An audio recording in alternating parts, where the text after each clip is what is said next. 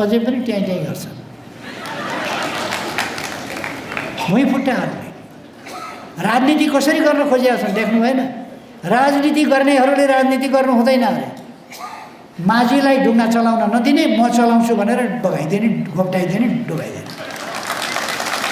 ड्राइभरलाई गाडी चलाउन नदिने, सिक्दै नसिकेका मान्छे आएर यसले चलाएन, यो बुढो ड्राइभर, यो पहिलेदेखि चलाएको छ, यसले 20 वर्ष भयो चलाएको, कहाँ पाउँछ?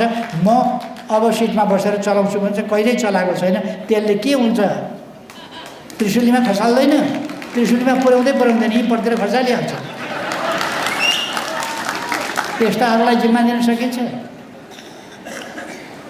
जसले मेसिन चलाएको छैन उसले मेसिन चलाउने। सेफलाई खाना बनाउन नदिने अनि अनाडी कहिल्यै आमाले बनाएको चिया बाहेक आफूले 1 कप चिया बनाएर पनि नखाएकोले म खाना बनाउँछु भनेर चामल पनि डढाउँछ, दाल पनि डढाउँछ, तरकारी पनि डढाउँछ, नुन हाल्दैन, बेसार बनाउँछ, काम लाग्छ। नयाँ पनि हामीले देख्यौँ। अब नयाँ पनि देखिए फेरि हामीले फालिसकेका 100औं वर्ष देशलाई अन्धकारमा राखेर जनतालाई बुटले कुल्चिएका प्रतिगामी शक्तिहरू अहिले फेरि प्रतिक्रियावादी शक्तिहरू फेरि प्रतिगमन गरेर आउन खोजिरहेका छन्। कत्रो आँट होला! 21औं शताब्दीमा शिरपेच लाएर बस्ने अरे। 21औं शताब्दीमा शिरपेच लाएर महाराजधिराज भएर हामीलाई हुकुम दिने अरे जनतालाई।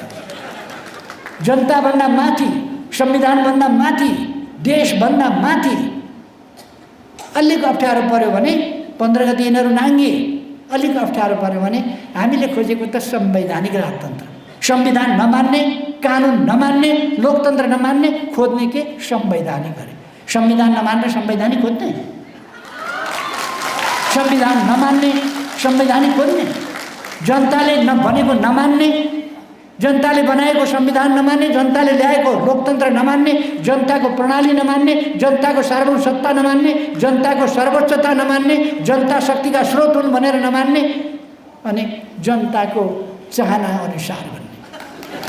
अनि पैसा तिरेका 4वटा गुण्डा सहरमा उतारेर आगो लगाउन लगाएर, मान्छे मार्न लगाएर, तोडफोड गर्न लगाएर, पार्टी कार्यालयहरूमा तोडफोड गर्न लगाएर, व्यक्तिका घरहरूमा तोडफोड गर्न लगाएर, व्यापार बिजनेसमा आक्रमण गरेर अनि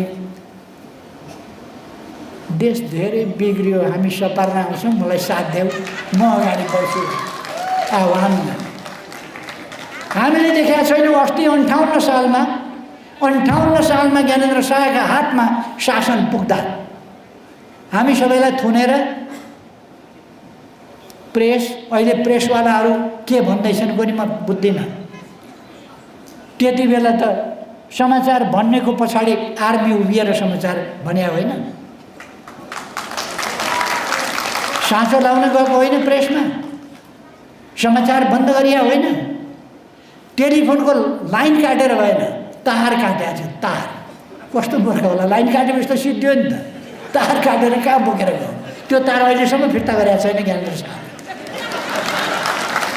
कहाँ लग्यो? अनि फेरि चाहियो राजतन्त्र। हामीले देखाएको छैनौँ अस्ति 58 देखि 62 सम्म। यो भुलभुलैयामा नपरौँ। यस्ता शक्तिहरू हाम्रो सुदृढ एकता र हाम्रो चाहिँ एमाले जस्तो गर्जन नपुगेर यिनीहरू सर्वलाउन थाल्यो। के नयाँ शक्ति बनाएको छ? नयाँ शक्तिको देखिएन अब तमासा। कोही पुलिस कुल्चिन गाडी गुडुडु कुदाएर लिएर जान्छ। पागल हो कि सधैँ हो कि? मान्छे मार्न राज्यको ड्युटीमा उभिएको प्रहरीमाथि बार्न गाडी लिएर जाने। हामी सही राखेका छौँ, यिनीहरूको प्रोभोकेसनलाई हामी सही राखेका छौँ। तर सहनुको एउटा हद हुन्छ भन्ने कुरा जब जनतालाई अब मूल्याङ्कन गरिन्छ, हेपिन्छ, तब सहने कुराको हद हुन्छ भन्ने कुरा म चेतावनी पनि भन्न चाहन्छु। अब हामी विकास र सुशासन र विकासको बाटोमा अगाडि बढेका छौँ। सजिलो छैन, धेरैतिर बिग्रिएको छ। बिग्रिएकोलाई सच्याएर अगाडि बढ्न, सपारेर अगाडि बढ्न सजिलो छैन। त्यही अप्ठ्यारो काम हामी गरिरहेका छौँ, गर्न खोजिरहेका छौँ। यति बेला हामीले गत वर्ष 9 महिना अगाडि सरकार जिम्मा लिँदा देशको अर्थतन्त्र अस्तव्यस्त ध्वस्तको अवस्थामा यस्तरी ओह्रालो लाग्दो अवस्थामा थियो।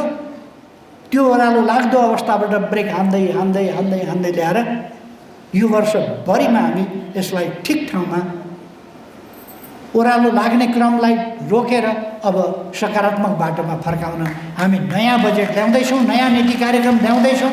त्यस ढङ्गले अगाडि बढ्छौँ। अब हल्ला एकजना मन्त्रीले राजीनामा दिनुभयो भन्ने खुब प्रचार भइरहेछ। किन दिनुभयो अरे भन्दा प्रधानमन्त्रीले बसी खानै दिएन। मैले बनाएको मन्त्री, मैले काम लगाइराखेको छु, सहयोग गरिराखेको छु, सिकाइराखेको छु। उहाँले अस्ति भर्खर पनि अपरेसन गर्नुभयो घाँटीको, अलिक स्वास्थ्य पनि ठिक भएन। अनि यो धेरै ठुलो मन्त्रालय छ शिक्षा मन्त्रालय, सजिलो पनि छैन। त्यसो भएर उहाँले स्वास्थ्यको कारण देखाउनु भएको छ। स्वास्थ्यको कारणले उहाँले काम गर्न सक्नु भएन भने अब त्यो सबै आजको अखबार हेर्नुपर्छ, सबैको हेडलाइन मेरा विरुद्ध, सबैको हेडलाइन मेरा विरुद्ध। यो त कस्तो भने आश्चर्यको पनि अनौठो आश्चर्य लाग्छ। यस्तो दुश्मनी के कारणले हो? के कारणले हो त्यो दुश्मनी? सबैले एकै ठाउँ बसेर सल्लाह गरेर लेखे जस्तै गर्छ। सल्लाह गरेर मानिलिउँ प्रस्ताव राखेर पारितै गरेर यही लेख्ने भनेर लेखे जस्तै सबैको टेलिफोन संवाद भएर योजनाबद्ध ढङ्गले लेखेका छन्। आजका पेपरहरूका हेडलाइन हेर्नु, सबैका सरकारले असहयोग गरेर कोही कोही ठाउँमा लेख्या होला। नत्र भने प्रधानमन्त्रीले असहयोग गरेर प्रधानमन्त्रीसँगको मतभेदबाट धेरैलाई लागेको छ। कोही नयाँ शक्तिहरूले त भनेछन् पनि शिक्षा मन्त्रीको राजीनामा आयो, प्रधानमन्त्रीको आउनु पर्थ्यो भनेर। प्रधानमन्त्रीको राजीनामा मैले भन्ने गरेको छु त 15 महिनापछि आउँछ भनेर। हाम्रो सहमति नै छ नेपाली कङ्ग्रेससँग, 15 महिनापछि राजीनामा मैले गर्छु, शेरबहादुरजी प्रधानमन्त्री हुनुहुन्छ। स्पष्टै छ त यसमा। 15 महिना पर्खर मेरो राजीनामा हेर्ने मन छ भने पर्ख 15 महिना पर्ख, म 15 महिनापछि राजीनामा गर्छु, शेरबहादुरजी प्रधानमन्त्री हुनुहुन्छ। पत्रिकालाई नै बनाउन मन होला, 15 महिना त्यस्तै हो। आरजुजीको एउटा मिटिङ थियो, सँगसँगै शेरबहादुरजीको स्वास्थ्य परीक्षणका लागि ब्याङ्कक जानुभयो। वाउ! मन्त्रीको राजीनामाको एउटा कुखुराका चल्लाहरूले सानो फट्याङ्ग्रो पाए भने एउटा चल्लाले ट्याप्प समातेर कुद्छ, के खान आँटो यसले भनेर सबै कुद्छन् त्यसका पछि। अहिलेको मिडिया पनि त्यस्तै भएको छ, एउटाले ट्याक्क टिपेर कुद्छ, के लग्यो चुच्चोमा, यसले खाना आँटो भनेर सबै त्यसका पछि के नै भेट्टाएँ भनेर। अनि अब शेरबहादुरजी स्वास्थ्य परीक्षणका लागि जानुभयो। अनि शेरबहादुरजीले कङ्ग्रेस र एमाले मिल्नु हुँदैन भनेर भन्ने मान्छे नभेटाएर खोज्न जानुभएको हो ब्याङ्क। त्यस्तो मान्छे यहाँ भेटाएको छैन, यहाँ सुनेको छैन त्यस्ता कुरा। हामी साथ दिन्छौँ, हामी सहयोग गर्छौँ, तपाईँ नै सरकार चलाउनुहोस्, तपाईँ नै प्रधानमन्त्री हुनुहोस्। ए बाबा पर्खिनुहोस् न, 14-15 महिना भनेको उहाँलाई नै बनाउने हो क्या? त्यति बेला साथ दिनुहोस् न, सहयोग गर्नुहोस् न, साथ दिनुहोस्। अहिले पनि साथ दिनुहोस्, पछि उहाँ बन्नुहुन्छ भनेर पनि साथ दिनुहोस् न। भइगयो त। हल्ला चलाएका छन्। अब शेरबहादुरजी आएपछि के हुन्छ?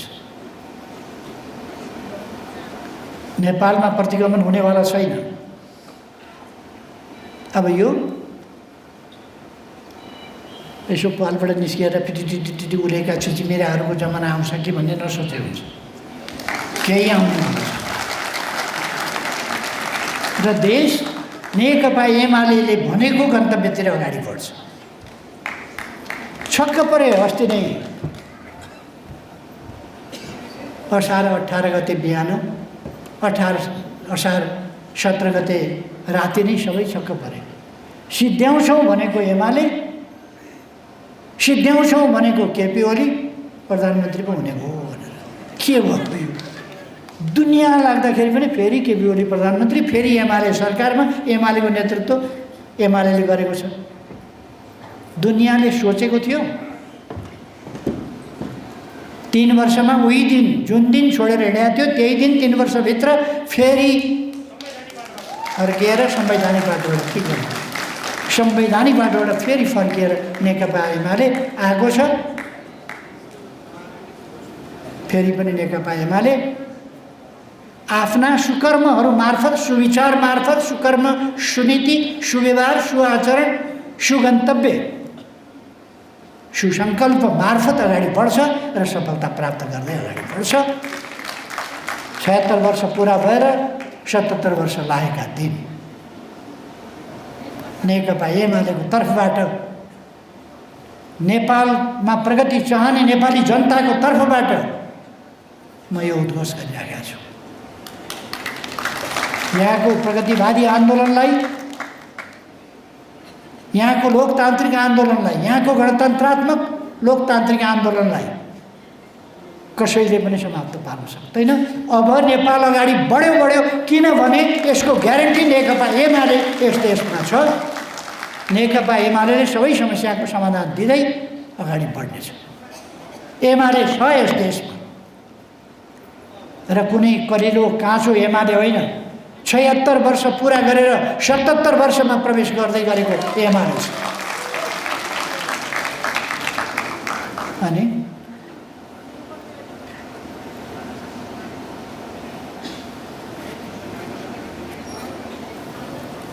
कतिपयलाई मेरो उमेरको चिन्ता छ, कतिपयलाई स्वास्थ्यको चिन्ता छ।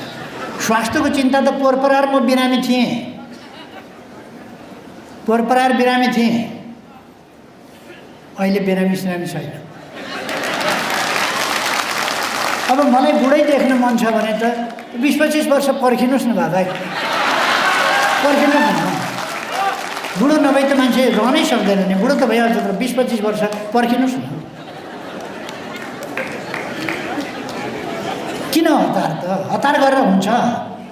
हतार गरेर हुँदैन। 20-25 वर्ष पर्खिनुहोस्, 30 वर्ष पर्खिनुहोस्। अहिले त मेरो बुवा हिँड्दै हुनुहुन्छ लौरो नटेकन। मलाई बुढो के भएको आँखा होला?